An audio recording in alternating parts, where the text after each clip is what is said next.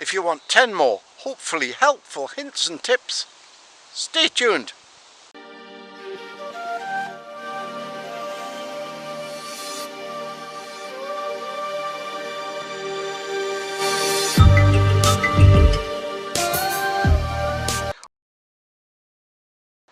Easy to use tinder can be made from petroleum jelly and makeup pads. Rub the makeup pad in the petroleum jelly, mash it up a little bit and store the pad between dry pads in an old shoe polish tin. When needed, you can light them easily with a ferro rod and they'll burn for over 4 minutes.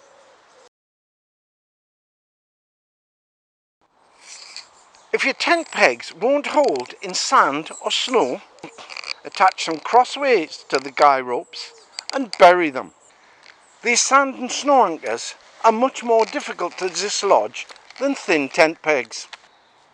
If you haven't got tent pegs to bury, use pieces of wood that you find lying around. They work just as well and sometimes even better. Wood on the ground is damp, so to make a fire, use standing dead wood. If you can't find any standing dead wood, then use fall wood.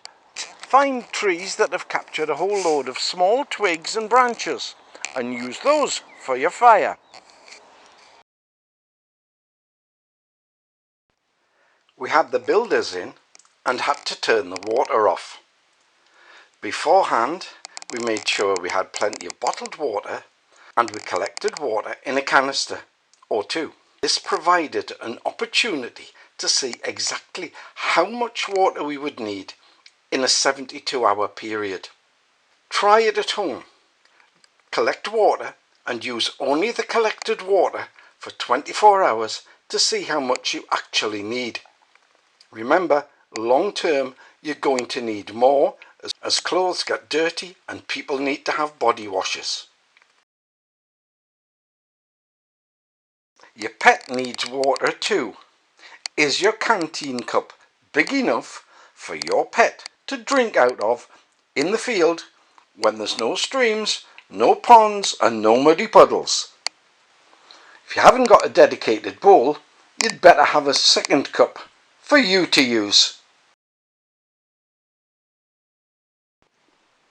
If your Western European house isn't designed for ultra hot weather, you can cool it down by a few degrees, not many, but a few, by opening the loft hatch.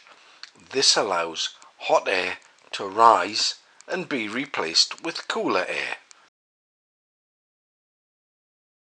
Ranger bands? Not got a bicycle? Not got any old inner tubes? No problem. Get yourself down to the local bike shop and ask them if they've got any old ones they've taken off bikes. They'll be happy to give you them because they want rid of their rubbish. Repurposing old kit is a good idea, but only if it works. I used an old belt to make a strap for a mess tin. However, it wasn't leather, it was plastic, and very soon it started falling to bits. So, if you need a strap, use a leather one, or failing that, use nylon strapping and a fast stick spuckle. If you're going covert, one of the things that will give your position and you away is shine. So you need to eliminate shine. This includes the tops of water bottles that are going to shine once you open the pack. I stole this idea from Ivar Bergman of Evasion Survival Alaska. Paint the shiny parts, but use matte paint. If you haven't got any, use gloss paint and before it dries, dust it with talcum powder and blow it off. This will make the paint go matte. So not only have you got rid of the shiny colour, you've got rid of the shiny texture as well. If you're going to set up a trial cache, or a cache in a particularly damp area, try using an old tennis ball tube. The tube is made of plastic, with a plastic lid, although the rim is made of metal. It's light, it's strong, it's waterproof, especially if you tape the lid once you put it on.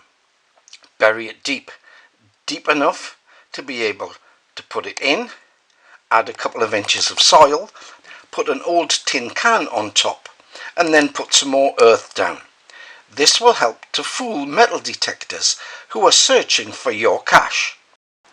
Hopefully those hints and tips have proved to be useful. Please like, comment and subscribe. And even better, let me know some of your handy hints and tips so I can spread the word. So get out there, get training. You know it makes sense, it will serve you well.